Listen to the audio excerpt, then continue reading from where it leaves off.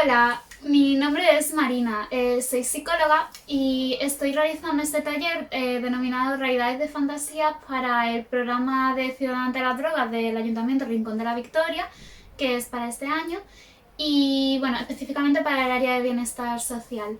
Eh, bueno, ¿de qué va este taller? Es un análisis de cine de los géneros fantástico y de ciencia ficción, que creo que son dos géneros que la verdad son de los que más se están consumiendo actualmente y que también nos consiguen enganchar bastante. Entonces quiero explicar un poquito qué es lo que hay detrás de estas películas para conseguir engancharnos, emocionarnos, hacer que vivamos la experiencia al 100%. Pues bueno, empezamos si queréis. La primera parte un poquito, pues eso, lo del tema del concepto de cine. A ver, el cine se creó hace ya a finales del siglo XIX, fue cuando ya más o menos se hizo la primera vez que se capturó en movimiento las imágenes, porque hasta entonces eran o cuadros o fotografías. Y fue de la mano de los hermanos Lumière. Aquí se consiguió que se grabasen 24 fotogramas por un segundo y gracias al cinematógrafo. Entonces aquí se crearon lo que es el prototipo de las primeras películas. Aunque ya no fue hasta principios del siglo XX que empezó ya a crearse lo que es a meter los elementos que construirían la historia. A meter narrativa, montajes, sonido. Bueno, sonido no, al principio era mudo. Entonces más adelante sí que ya le meterían el sonido porque vieron que era una necesidad que el público buscaba. Pues, a partir del cine sonoro es cuando ya entendemos las películas como las conocemos actualmente, aunque bueno, habrá algunos avances que no se tenían hace más de un siglo. Pero eso es una cosa que sí que quería recalcar, ¿no? Como que siempre la tecnología ajena al cine ha ido avanzando a la par. Y muchas veces cuando a lo mejor se ha construido algo de tecnología se ha aplicado el cine o el cine mismo ha ayudado a crear una nueva tecnología.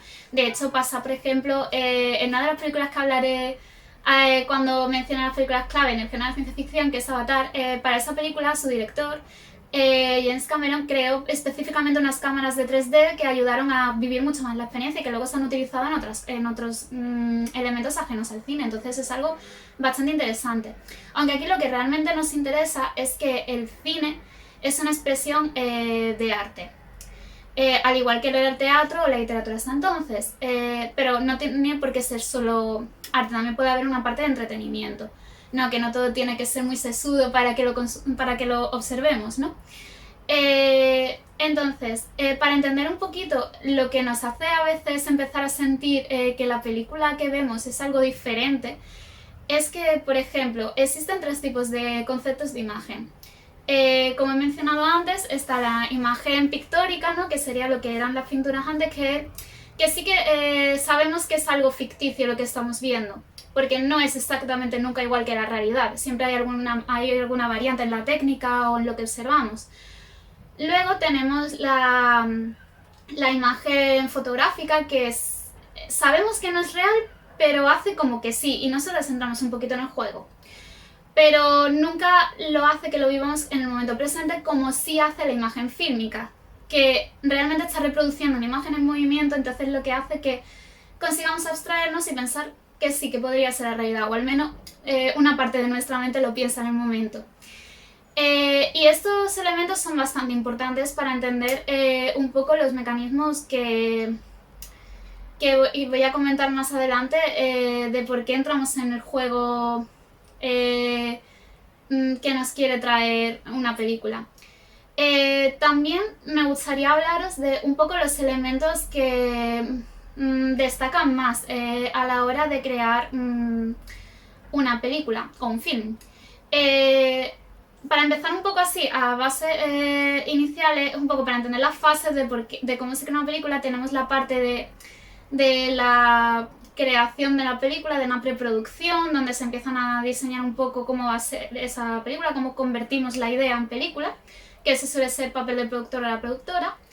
Luego tenemos la parte de un poco la creación en sí, el rodaje, que bueno, ahí hay muchas figuras, que está la dirección, vestuario, los actores y las actrices. Luego la postproducción y la distribución, que es lo que hace que ya nos llegue a nosotras. Y en la postproducción es donde se meten todos esos elementos que ayudan a mejorar un poco todo el empaque final de la cinta.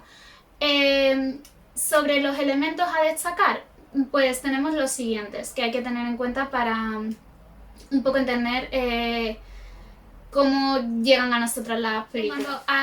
Bueno, para entender un poco las etapas que hay detrás de una realización cinematográfica, ¿no? Del producto final que nos llega a nosotras al cine, a nuestro ordenador ahora con temas de streaming y nuevas plataformas, o bueno, clásicamente en la televisión, pues hay como una serie de etapas, ¿no? Que hay que tener en cuenta siempre. Tenemos una etapa de desarrollo donde se empiezan a desarrollar las ideas, se empiezan a crearse y demás, pero todavía no tienen una forma al 100%, aunque sí que, por ejemplo, aquí el guión es importante que ya se empiece a crear, que puede ser una historia adaptada o un guión original. Luego la fase de preproducción, que aquí es muy importante la figura de un productor o una productora, porque es quien ayuda a convertir la idea que tenemos en la cabeza en una película. Y luego tenemos lo que es en sí el rodaje, que bueno, aquí es muy importante el papel del director o la directora, porque es quien va a ayudar a terminar de convertir la visión de esa película que nos va a llegar a nosotros y a nosotras. Y entonces va a tener que dirigir a los actores y a las actrices, con vestuario, maquillaje, utilería, entender un poco cómo va a ser con el encuadre de la imagen, todo ese tipo de detalles que son bastante importantes luego. Y es lo que da una unión a todo su conjunto de la imagen de la película.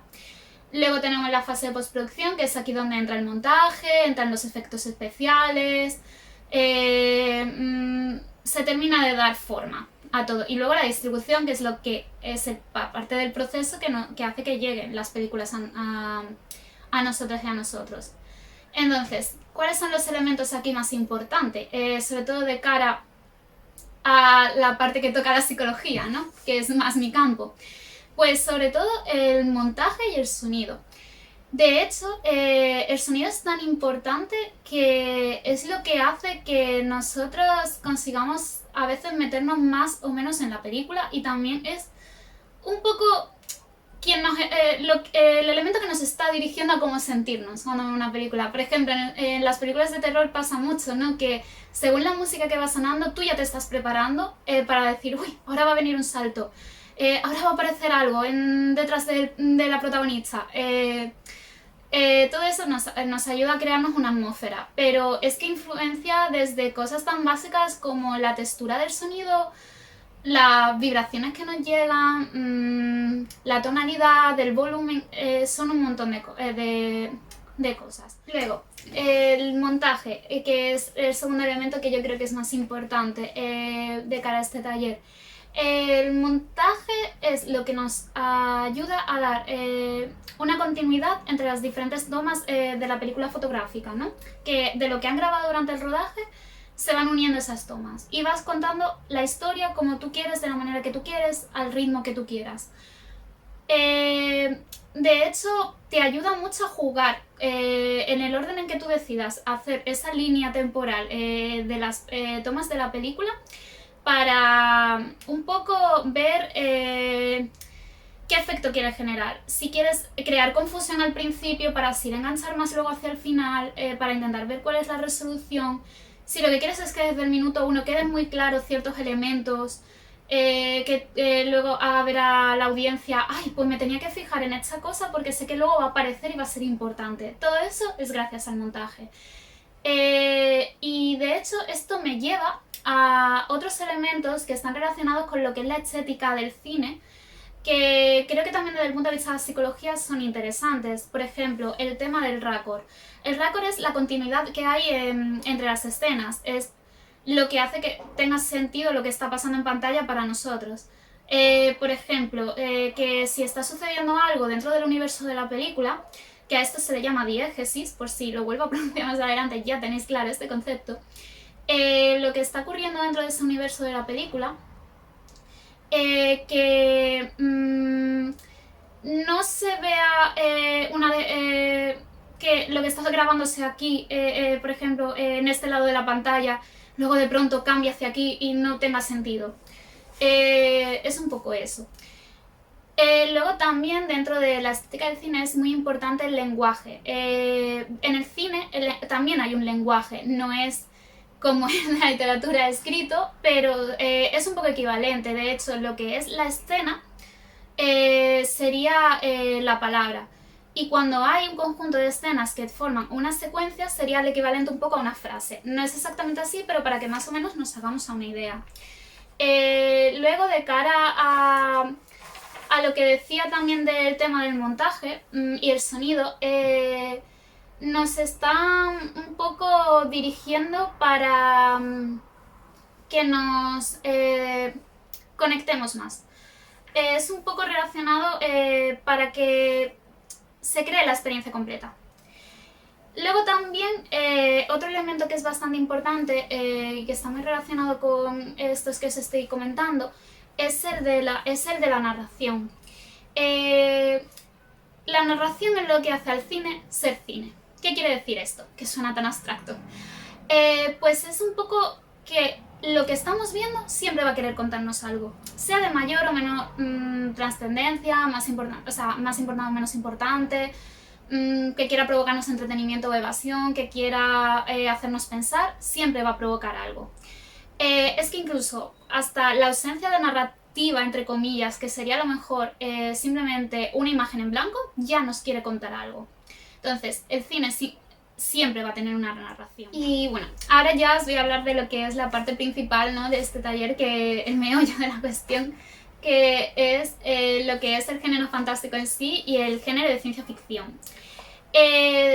Aunque en principio sí que tienen algunas nociones y bases que son similares, también hay otras partes que son diferentes. Las similitudes básicamente serían que nos están presentando historias que no están basadas en hechos que nosotros no encontramos en nuestro día a día, es decir, no están basadas en hechos reales, como sucede con algunas películas que te cuentan historias extraordinarias de gente extraordinaria, ¿no? Te las venden un poco así, para que te identifiques más, ni están basadas en sucesos que en estructuras sociales que son exactamente como la que tenemos, ni los paisajes, ni las arquitecturas, ni nada.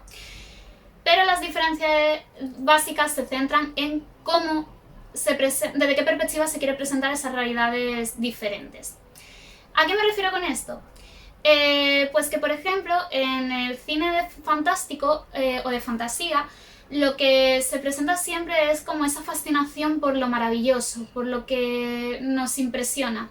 Y siempre hay dos mundos enfrentados. Uno, el ordinario, que sería como intentar asimilar un poco a nuestro día a día, y el extraordinario, que normalmente suelen ser pues mundos donde hay criaturas fantásticas, hay magia. De hecho, este es como un elemento importante, ¿no?, esa magia, porque gracias a esa magia se justifica todo lo que sucede en la película.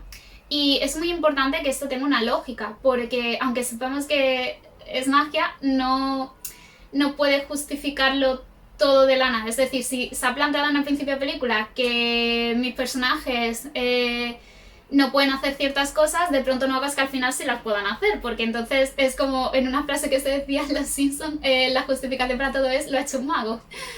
Entonces es un poco trabajar eso. Luego, en la ciencia ficción lo que se intenta plantear un poco es que esos dos mundos que chocan realmente es el nuestro propio, con las reglas básicas que tenemos relacionadas con la tecnología, la física, la química, las matemáticas, pero explorar hacia dónde nos puede llevar, ¿no? Hacia dónde puede llegar el ser humano para mejorar o no mejorar la sociedad. De hecho, se suele basar un poco las historias que se cuentan desde la ciencia ficción como en tres subtipos, ¿no? Que por un lado están las distopías, luego las utopías y las ucronías. Las distopías destacan porque nos hablan como de futuros catastróficos o donde la sociedad está muy mal, y que parten un poco de hacia nosotros, ¿no? En el sentido de, vale, ¿dónde estará la sociedad, o sea, el ser humano de aquí a 40 años, o 50, o 100? O ver un poco hacia dónde vamos a ir y qué pasaría, por ejemplo, si dentro de 100 años hemos tenido que ir todo el mundo de la Tierra, ¿dónde vamos a vivir? ¿Cómo vamos a vivir? ¿Vamos a vivir en otro planeta? ¿Vamos a vivir en una nave espacial? Todo ese tipo de ideas las quiero explorar. O si hay determinados sistemas políticos, pues la sociedad ha cambiado, entonces hay unas reglas nuevas, tenemos una arquitectura nueva, tenemos una forma de vivir nueva, ¿cómo nos afecta? Vale, ejemplos de esto, por ejemplo, serían los Juegos del Hambre o Elysium. Hay muchísimas. También, claro, de tener en cuenta que muchas de las películas plantean esas realidades, pero a lo mejor las plantearon hace 40 años o hace 30. Entonces, ver dónde está la sociedad del 2020, cómo se la imaginaban hace 40 años, es bastante interesante. Porque no tiene mucho que ver, todavía no tenemos coches voladores, ¿no? Como nos planteaban un poco en algunas películas. Vale, eso por un lado. Luego, el tema de las ucronías. Eso es bastante interesante porque se utiliza un poco como para reflexionar hacia dónde hubiéramos ido si hubiéramos cambiado un momento del pasado. Pues, por ejemplo, si no hubiera existido la Segunda Guerra Mundial, ¿qué pasaría con Europa? ¿Qué pasaría con Estados Unidos? ¿Con África? ¿Qué pasaría con todos esos lugares? ¿Hubiera cambiado algo? ¿No hubiera cambiado? ¿Esos cambios hubieran sido para mejor o hubieran sido para peor? Reflexiona un poco sobre eso. Y luego las utopías, lo que es intentar plantear un futuro mejor. Un futuro donde estemos mejor que ahora. Realmente utopías no se han trabajado mucho desde el cine, quizás un poco en el cine de animación, más infantil a lo mejor, pero no... Realmente no se trabaja mucho porque quizás nos cuesta imaginar hacia dónde vamos desde un punto de vista positivo para que nos enganche, ¿no? Como que siempre preferimos que empiece a pasar algo muy malo para que luego el final sea feliz, ¿no? Porque como que eso nos engancha más. Y bueno, esto es como de los elementos así más básicos de definición de entre ciencia ficción y fantástico. Realmente el origen de estos dos géneros es similar, porque nació sobre todo por la película de Viaje a la Luna de George Méliès, que se hizo a principios del siglo XX y te empezaban a mostrar cómo sería eso, un viaje a la Luna en aquella época, que todavía nadie se lo había planteado que podría ser posible. Entonces ya te están metiendo ahí elementos y efectos especiales que luego van a ser importantes y han sido muy imitados a lo largo de la historia del cine. Y características así un poco que quiero terminar de destacar del fantástico y de la ciencia ficción, pues en el fantástico es un poco lo que he comentado, ¿no? Que se desenvuelve siempre en un mundo imaginario, completamente inventado, con criaturas que pueden ir desde, no sé, hechiceros, hechiceras, brujas, elfos, por ejemplo, El Señor de los Anillos, ¿no? Es como el gran clásico del cine fantástico, que a su vez se basa en una obra literaria. De hecho, esto pasa mucho, que el género fantástico y la ciencia ficción ha bebido mucho de la literatura y actualmente también bebe mucho de los cómics y de los videojuegos. Porque quizás han sido espacios donde se ha podido desarrollar mucho más esa fantasía y construirla más, lo que se denomina el world building, que es como la construcción de ese mundo, ¿no? Tienes más espacio para explicarlo, para desarrollarlo, crear incluso un lenguaje propio y ayuda a que sea más fácil luego trasladarlo en imágenes en el cine. Eso por una parte. También es eso, hay como esa contraposición es muy importante entre los dos mundos, que ese choque es lo que genera el conflicto en la película, porque a lo mejor el protagonista o protagonista tiene que decidir si se queda en un mundo o se queda en otro, si se queda con cómo era su vida antes o si se quiere arriesgar a conocer todo lo nuevo que se le presenta gracias a la magia, porque sobre todo en el fantástico lo más importante es la magia. Y eso. Y también es muy importante que ese universo lo entendamos y que las lógicas que nos vayan contando tengan un sentido, como he dicho antes. Respecto a las características del cine de ciencia ficción, pues básicamente los elementos siempre nos intentan presentar como imágenes de hacia dónde vamos. Entonces, por ejemplo, nos basamos mucho en cómo sería el ser humano si creara imágenes parecidas a ellos o ellas. Por ejemplo, un robot, un androide. y que nos haga pensar hacia dónde nos llevaría esa tecnología que se parece tanto a nosotras. ¿Tendrían humanidad también? ¿No la tendrían? Eso por un lado. Luego también, bueno, luego los escenarios sí que se repiten un poquito más dentro de la ciencia ficción, pues están los físicos y los no físicos. Dentro de los físicos, pues los más comunes serían que ya existen o inventados. Dentro de los que ya existen, pues la Tierra mismo, ¿no? O sea, yo que sé, París, por ejemplo, mismo, que ya tenemos la concepción de cómo es París. Y luego a la vez mezclarlo con una imagen de cómo sería vivir en una nave espacial como si fuéramos, o sea, una nave espacial del tamaño propio, por ejemplo, de la propia ciudad, ¿no? Pues, y que la gente vive como si viviera en la Tierra, pero en el espacio. Y hacer un poco una contraposición entre esas dos imágenes. Eso por un lado. Y luego, las que no son físicas, pues por ejemplo, dentro de la propia mente.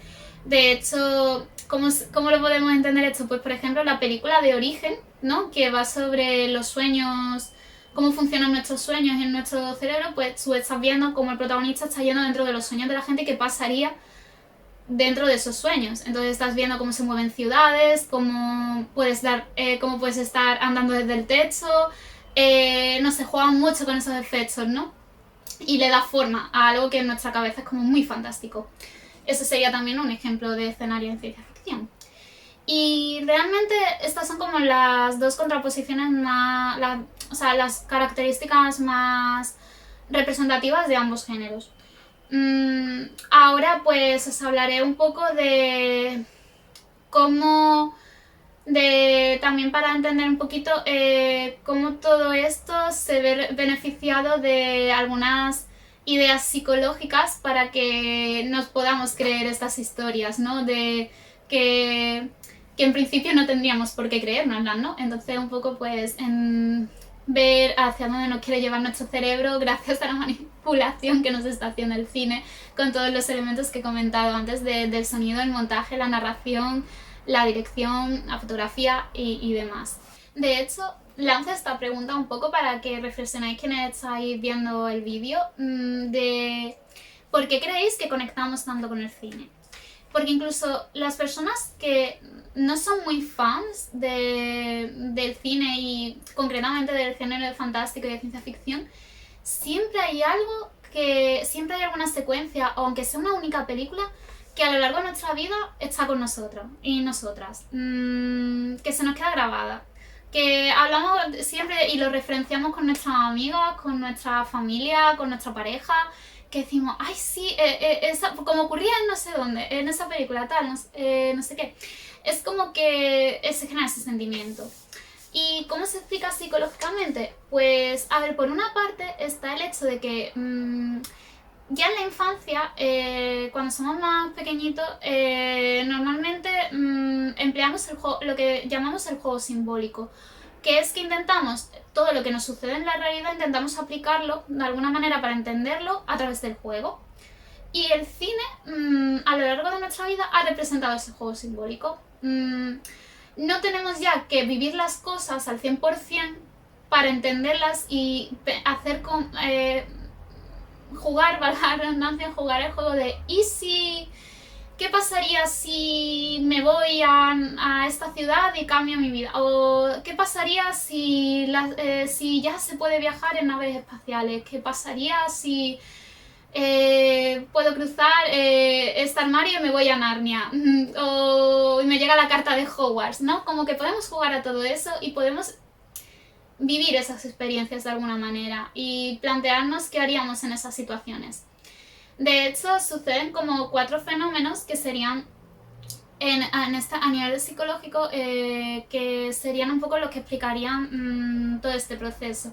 Por una parte está la identificación, que es muy importante que se consiga. Si una película lo consigue, ya está haciendo que nos enganchemos. Y es que la identificación lo hacemos a través del protagonista o la protagonista y las características que representa, pues tanto su físico como su personalidad, sus gustos, sus odios, su trabajo, si tiene pareja o no, cómo es, ¿no? Todo eso nos identificamos. Entonces, ¿qué pasa? Que tú sientes que dices, ay, pues tengo estas cosas en común, entonces yo si tal protagonista hace esto, pues yo también lo voy a hacer, voy a saber hacerlo.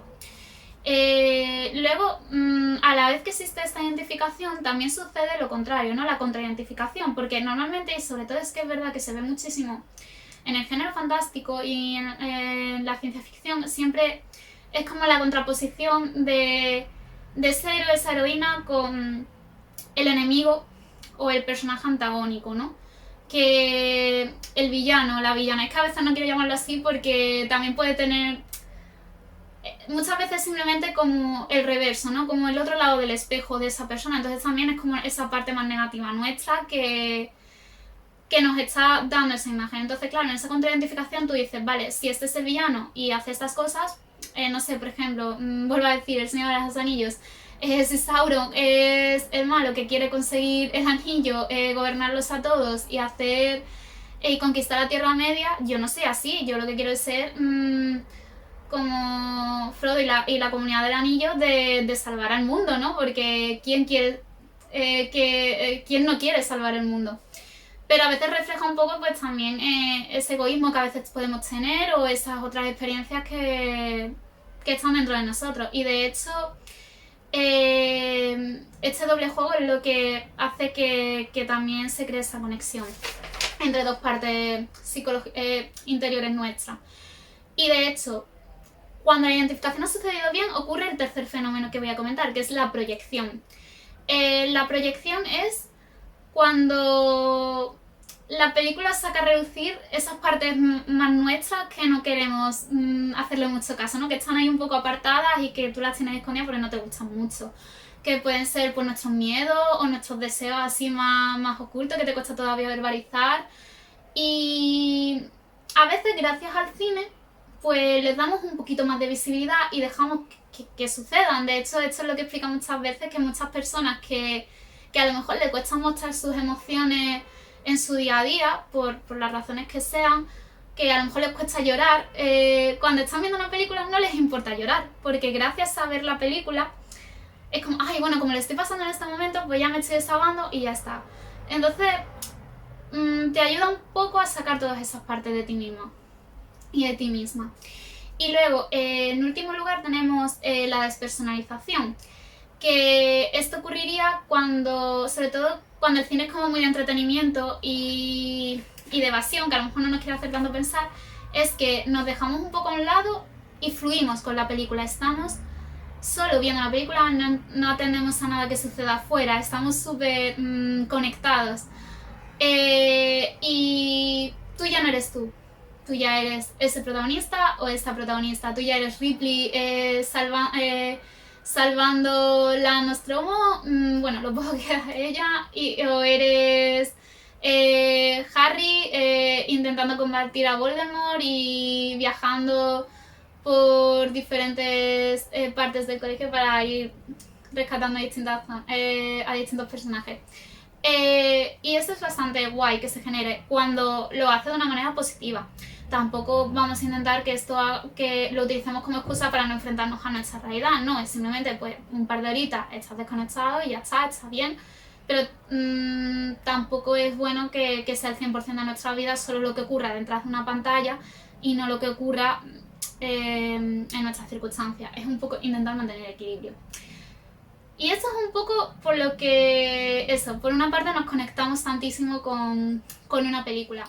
Luego, por otra parte, ¿os acordáis cuando antes estaba hablando de que yo pensaba que el montaje era como uno de los elementos clave desde el punto de vista psicológico para conectar con una película? Pues esto se debe en parte también al denominado efecto Kuleshov. Que este efecto fue denominado así por un director de cine, Lev Kuleshov, que a principios del siglo XX, en los años 20 también, hizo un experimento con un alumno suyo, que era actor, en el que presentaba tres imágenes, ¿no? Una era un plato de sopa, otro era la foto de una niña y la otra era otro objeto que ahora mismo no recuerdo bien. Pero lo que hacía era que ese alumno suyo, que era actor, pues en cada imagen representaba la misma cara. Pero esa misma cara unida a cada imagen significaban cosas distintas para el público. Entonces lo que te está intentando un poco explicar este efecto es cómo el montaje, el cómo tú ordenas esas secuencias, esas imágenes del objeto, de la niña y de la cara de ese actor, va a crear en el público un efecto. Este efecto se explica un poco de que nosotros intentamos siempre buscar un significado a lo que vemos. Intentamos siempre hacer una interpretación propia y esto dependerá de nuestro bagaje emocional, de nuestro pasado, de nuestras vivencias, de nuestro contexto sociocultural, dependerá de todo eso y cada persona interpreta la película de una manera. De hecho, nos ha pasado muchas veces que salís del cine súper emocionado, alguno en el grupo, diciendo, ay, es que esto ha sido genial, esto no me has transmitido un montón, y luego te está diciendo una de tus amigas, pues a mí no me ha transmitido nada. Yo de hecho pienso que no lo ha hecho bien la actriz o el actor, demás, que no me ha gustado la música. Todo eso es porque tú nunca vas de la misma manera ni de forma ciega a esa película. Entonces se explica de esta manera. Es verdad que este efecto a nivel de la teoría cinematográfica no tiene mucha validez científica, pero sí que me parece interesante mencionarlo porque creo que lo que refleja es un poco eso, ¿no? De cómo a nivel inconsciente hay algunas partes nuestras que se reflejan en eso que nos está transmitiendo la pantalla y hace que volquemos nuestras propias emociones y sentimientos y por eso nunca se generan más sensaciones. Y me parecía relevante mencionarlo por eso. Ya por último, quería tratar un poco las diferentes temáticas que hay tanto en el género fantástico como ciencia ficción y las películas claves que ha marcado los dos caminos de ambos géneros. Porque, como he mencionado antes, la primera película que creó un poco todo fue Viaje a la Luna, pero cada uno luego siguió su propia línea e inspiraciones diferentes.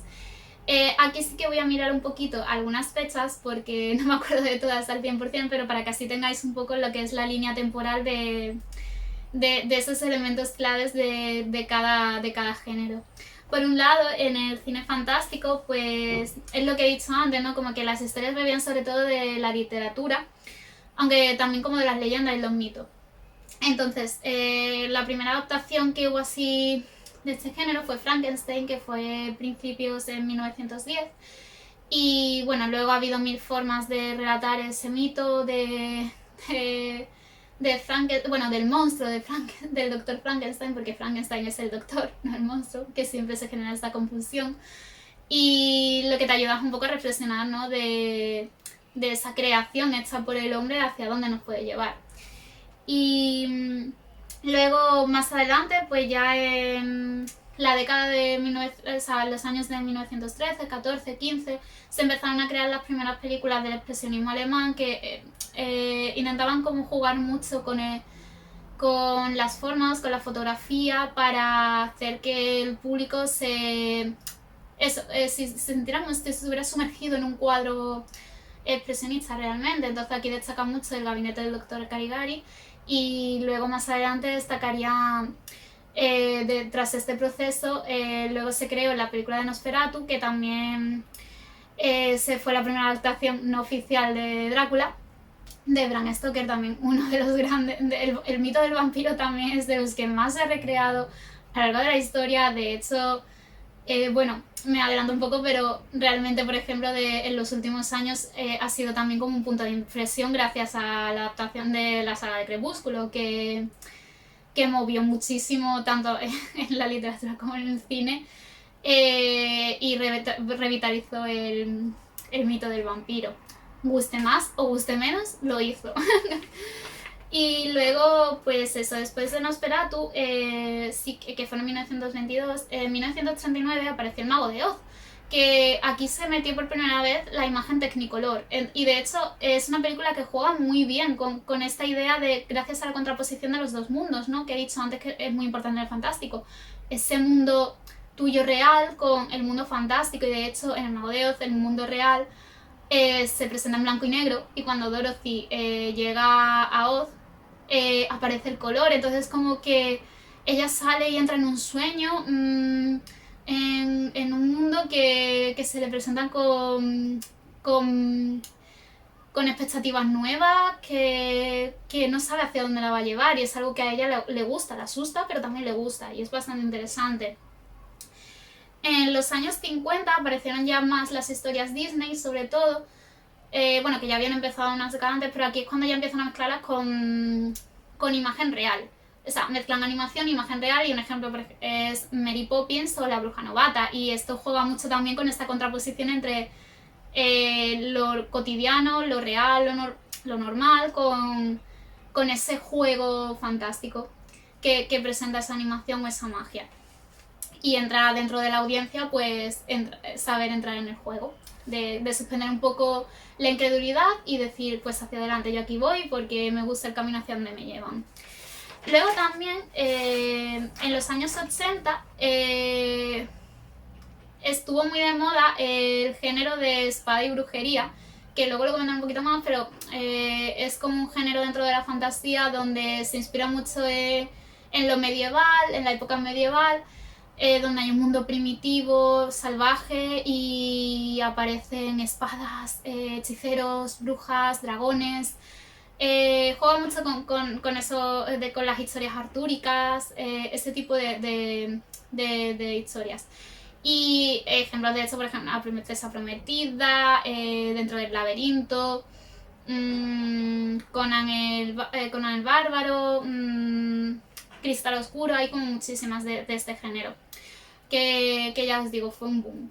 En los 90, lo fantástico sí que se redujo mucho, quitando a lo mejor las películas de animación, sobre todo de Disney, porque quizás, no sé, ya se pasó la moda, pasó muchas veces dentro del género, y la gente a lo mejor no, el público no conseguía engancharse igual, quizás porque también era una época que todavía, no sé, empezábamos ya como a adentrarnos más en periodos más cínicos. Aún así, sí que destacan algunas, como por ejemplo Jumanji, pero es eso, siempre como de una perspectiva más, o Jurassic Park se llama de la ciencia ficción, pero que son más de toque familiar. Y en los años 2000 ya empezó un nuevo boom gracias a las adaptaciones literarias de nuevo, porque empezó El Señor de los Anillos, Harry Potter, luego llegó Crepúsculo y todas sus imitaciones de otras sagas literarias relacionadas con vampiros, hombres lobo, que eran todas como de corte juvenil, la mayoría. De hecho, ese era realmente el público que acababa yendo al cine. Y El Señor de los Anillos también fue como un hito muy importante porque era la gran superproducción de una historia que todo el mundo pensaba que era inabarcable a nivel de cine, porque nadie pensaba que eso se podía trasladar en imágenes, y Peter Jackson lo consiguió, y vamos, lo consiguió con el acuerdo de taquilla, o sea, del público, de la crítica y de los premios, porque de hecho El Retorno del Rey le dieron todos los Oscars, que a lo mejor no le habían dado por las dos primeras, porque era como lo que había conseguido de rodar esas 3 películas, de haber conseguido mover esa producción, no se había conseguido hasta el momento. Entonces fue como bastante importante. Y luego, así, de las temáticas que destacan más en el cine fantástico, está por un lado lo que he comentado del género de espada y brujería, que se basa mucho en lo medieval, y que también está dentro como del género de aventuras, ¿no? Que es eso, siempre hay un héroe que se tiene que enfrentar a luchar con monstruos, con hechiceros, con brujas, y luego conseguir una recompensa que sé que a lo mejor tenía que conseguir una joya o destruir algo para salvar al mundo. Hay como distintas cosas. Por ejemplo, de aventuras, eso está El Señor de los Anillos y todas las que he comentado en los años 80. Luego también está en el género Wuxia, que este es de origen asiático, y es básicamente lo mismo, pero adaptado a la cultura asiática. Entonces se ven muchos elementos de espadas y porque está como muy coreografiado ese cine. No sé si muchos que a lo mejor seáis fan de género, pues La Casa de las Dagas Voladoras, Hero, Tigre y Dragón, es como que siempre hay una leyenda. Hay personajes que tienen que descubrirse a sí mismos, que se van cruzando, hay muchas historias entrecruzadas, y se ve un montón de coreografías de luchas de espada, pero no son tan sangrientas o tan brutas como a lo mejor la que vemos en un cine más estadounidense o británico, porque eso, casi todo el cine de este género se ha creado en lo anglosajón. La verdad es que en Europa quitando la cultura británica, no se ha generado demasiado. Entonces eso. Luego, otros géneros que hay, pues están las criaturas, que aquí se abarca desde vampiros, hombres, mujeres lobo, brujas también específicamente, que el Drácula muchas veces se mueve también un poco entre el terror más puro, lo familiar, la comedia, como que mezcla mucho. No sé, también eso, otros monstruos que a lo mejor como Godzilla o otras criaturas que a lo mejor veis que no encajan en eso, pues está ahí. Luego también en el fantástico está lo sobrenatural, que sí que aquí casi todo lo sobrenatural se cuenta desde una perspectiva para dar miedo, ¿no? Desde el terror, ya sea entrecruzándose con la comedia o el terror puro. Y es siempre que hay un elemento como de fantasmas, de posesiones, de que eso, se centra como en algo como un poco entre tinieblas, por así decirlo, ¿no? Y también eso, hay casas encantadas, que hay 1000 historias contadas dentro de una casa, eso, fantasmas, posesiones y demás. Y la verdad es que son historias que, bueno, pueden servir para sacar un poco a reducir esos miedos que tenemos tanto como sociedad como a nivel individual, y que si lo vemos en la película, pues así a lo mejor nos da un poquito menos de miedo en la realidad. O viceversa. También puede ser como un poquito desde el punto de vista de la comedia, así que nos riamos y le quitemos importancia. Entonces es bastante interesante. Y luego, dentro, ya por último, en la ciencia ficción, también trae como diferentes hitos, y aquí como que la película que empezó a marcarlo todo después de Viaje a la Luna fue Metrópolis, que era de 1927. Y Metrópolis nace en una época pre-nazismo, y la verdad es que se ve mucho en esa historia, porque es como la primera distopía que se cuenta en el cine, porque hay como una sociedad en la que tienes a los más poderosos y a la clase trabajadora que están todo el rato chocando entre sí, y eso va a estallar por algún lado, esas condiciones, esa vida. Entonces, en esta película como que se está reflejando eso que estábamos viviendo como sociedad en aquella época, pero extrapolado a una historia que en teoría no es nuestra. Entonces eso nos ayuda a entender lo que está pasando, y quizás si nos cuesta reaccionar en la vida real, a través de la historia sí que reaccionamos. Entonces creo que esto es también una de las cosas que intenta conseguir la ciencia ficción a veces, y el fantástico. Y bueno, después de Metrópolis, ¿qué vino? Pues en la década desde los 30 hasta los 50 del siglo XX, se creó mucha ciencia ficción, pero de serie B, o sea, bajo presupuesto. Era cine que se decía que se hacía pues para entretener, pero que en verdad no veía a nadie, que la crítica se decía que era malísimo. Hasta que en 1968 llega 2001, Una odisea en el espacio, de Kubrick, y esta película ya fue como, esto es ciencia ficción, pero seria. Ya aquí estamos intentando contar algo, y estamos con más presupuesto, y hay una como intensidad para trascender, y que luego se hable de ello en la historia. De hecho, esta película ha servido de inspiración a todo el cine que vino detrás, tanto en la estructura, porque como que está contada en diferentes actos, en diferentes espacios físicos, visualmente se ha copiado mucho, lo digo así, es que no es que haya sido homenaje, es que se ha copiado literalmente. Y bueno, hasta tan parodiado en Los Simpsons, y tan parodiado en Los Simpsons ya ya se ha hecho historia. Entonces eso, y después aquí ya como que en los 70 ya empezó la primera de la Guerra de la Galaxia, también empezó Alien, la saga de Alien. Entonces como que ya era un cine de ciencia ficción que eso, que intentaba ser un poco a nivel de presupuesto, pues invertía más, se intentaba mostrar nuevos escenarios, y intentan contar una historia. Es verdad que la Guerra de la Galaxia pues un poquito más... También que es verdad que la Guerra de la Galaxia está ahí un poco en la frontera entre lo fantástico y la ciencia ficción, porque hay cosas que sí que se explican desde el punto de vista de la ciencia ficción, con esas reglas que hemos dicho de basado en ciencia y matemáticas, física y demás, y otros elementos como la fuerza, que me la tienen como un aire más místico. Entonces están contando otro como desde la magia, la fantasía. De hecho, eso, está más o menos, está como un poco entre ambas.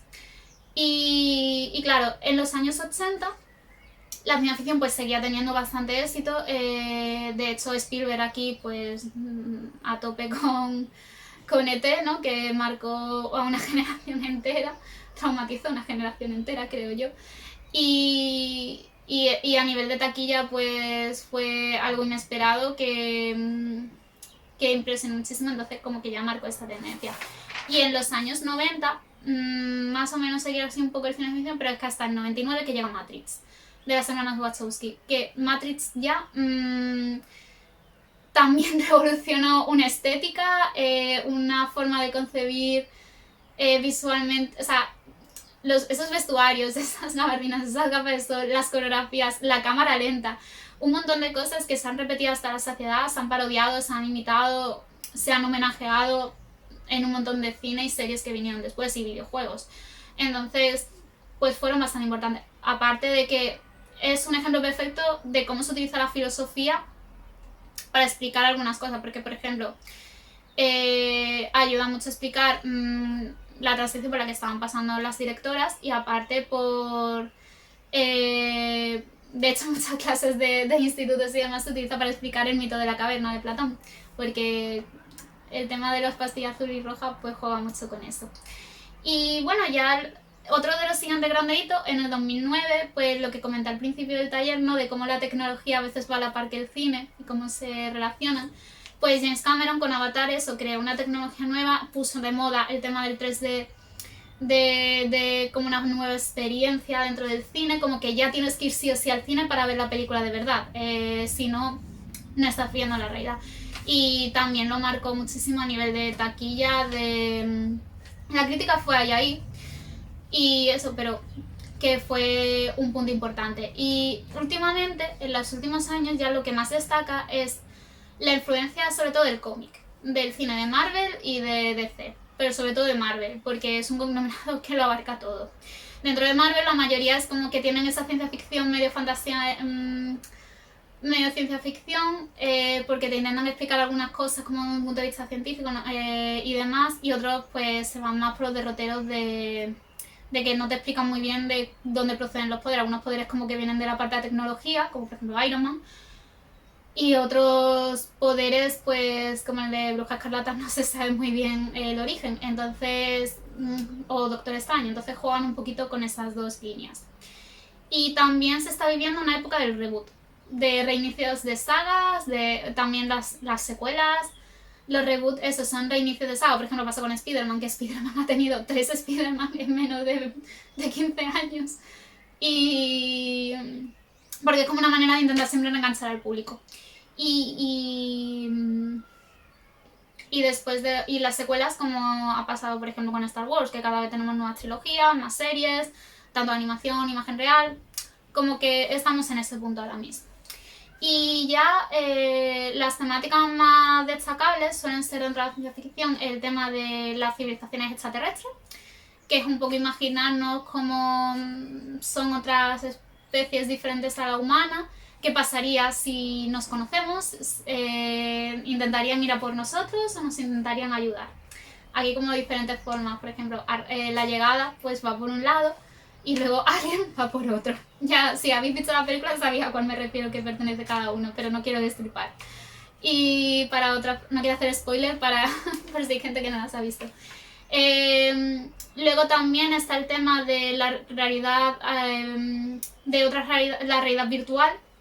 Pues por ejemplo Ready Player One, ¿no? Que es como la gente se sumerge en una realidad alternativa porque no es capaz de vivir en su día a día porque no hay nada.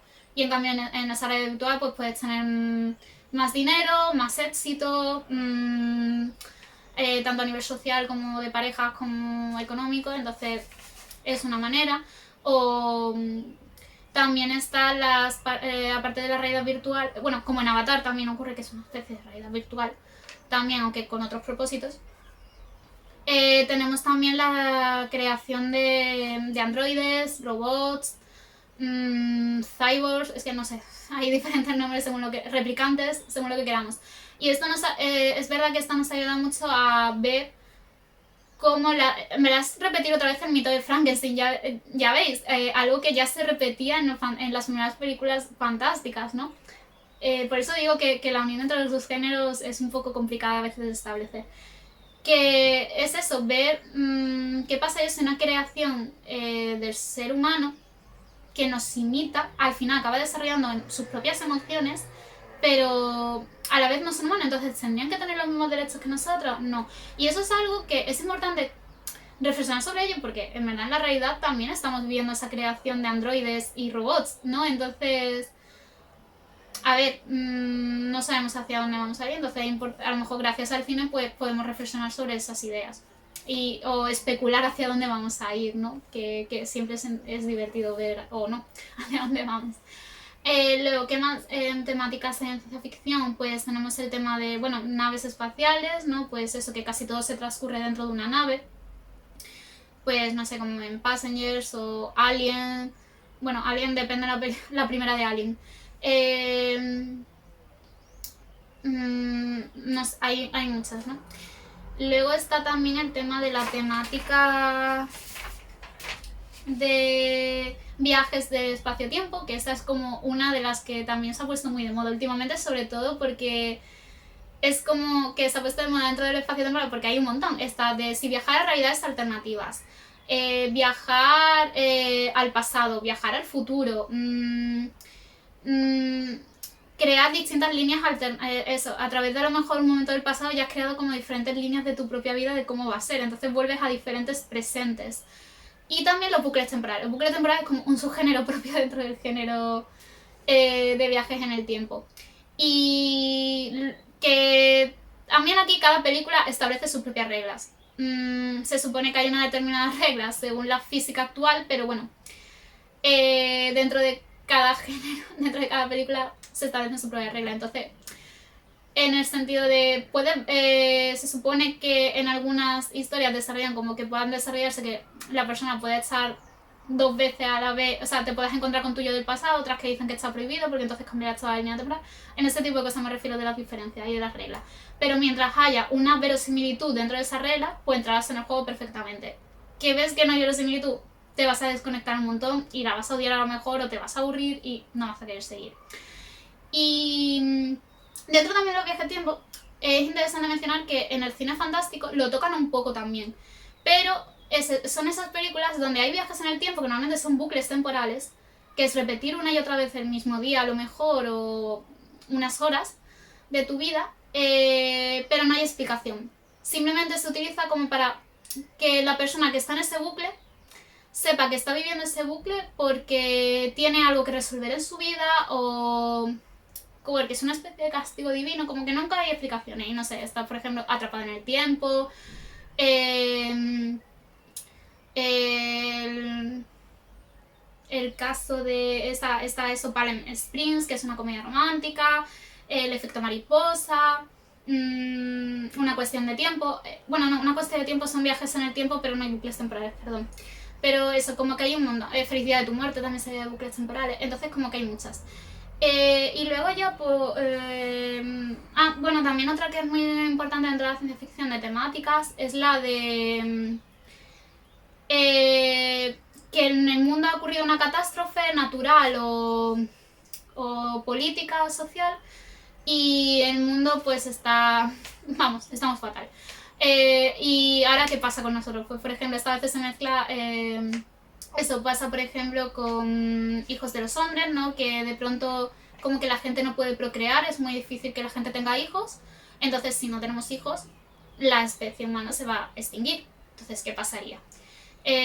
O el día de mañana, ¿no? Que de pronto el cambio climático nos ha invadido, está todo hecho un desastre y cómo sobrevivimos a eso. También Snowpiercer es de ese espacio que a través de eso, del cambio climático, para todo el mundo vive en un tren que da vueltas constantemente por el mismo lugar y está dividido por clases sociales. Entonces, los más ricos en un lado y los más pobres en otro. Los más pobres son los que hacen que ese tren siga para adelante, para adelante, para adelante.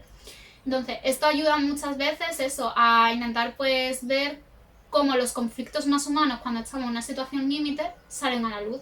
Pues quién sería la persona más cooperativa, quién sería más agresiva y más individualista, todo ese tipo de cosas. Y esta veces se mezcla también con un último género que es el de los infectados, nuevos zombies. Que es eso, que hay un virus que nos ha convertido a todos en infectados, o a la mayoría de la población, entonces es un poco también desastre. Y a ver cómo salimos a ello. Y tenemos un montón de ejemplos porque es verdad que una época se puso... por último, simplemente quiero lanzar algunas conclusiones, que es que creo que el género fantástico y de ciencia ficción dentro del cine son una oportunidad perfecta para reforzar nuestra imaginación, expandir nuestra mente, o sea, abrirla a diferentes posibilidades a las que nos podemos enfrentar en unos escenarios que, vale, pueden ser todo lo fantástico que tú quieras o nuestro posible futuro, pero que nos ayudan a ver un poco mejor nuestro día a día, reflexionar sobre lo que estamos viviendo y cómo actuaríamos en ciertas situaciones, gracias a ese proceso de identificación que he comentado que genera el cine, y que también genera a veces muchas redes de contacto porque son géneros que gustan tanto a tanta gente, hay tantos fenómenos fan que, por ejemplo, a través de festivales de cine o plataformas de internet, en las redes sociales, puedes hablar un montón de ello, analizarlo, divertirte, reflexionar, emocionarte, y que creo que son bastante geniales, la verdad. Hablo tanto como profesional como fan particular. Y simplemente pues me despido ya, espero que hayáis disfrutado de este taller, que si no conocéis algunos términos o películas o el género en sí, pues ahora os hayáis convertido un poco, y si lo conocéis, pues que haya servido de interés. Así que adiós.